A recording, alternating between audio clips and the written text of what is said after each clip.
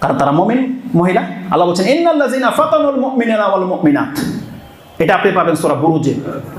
আল্লাহ সুবহানাহু ওয়া তাআলা তেমনি তাদের মর্যাদা উল্লেখ করে দিয়েছে যে জান্নাত উভয়ে হক রাখে।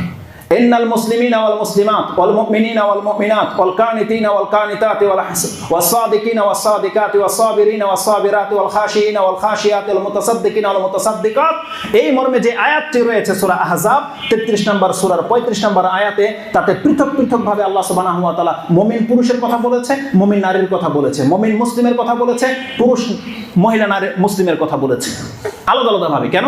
আ'আদ্দাল্লাহু লাহুম মাগফিরাহ, আল্লাহ বলছেন প্রত্যেকের জন্য আল্লাহ সুবহানাহু ওয়া তাআলা ক্ষমাকে প্রস্তুত করে রেখেছে।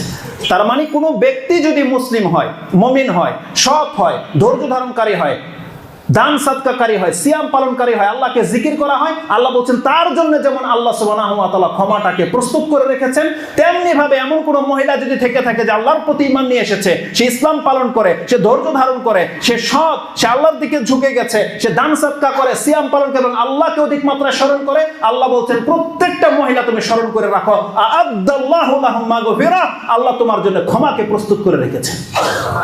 সমান মর্যাদা আল্লাহ দিয়েছে। আকুলু লিকাউলি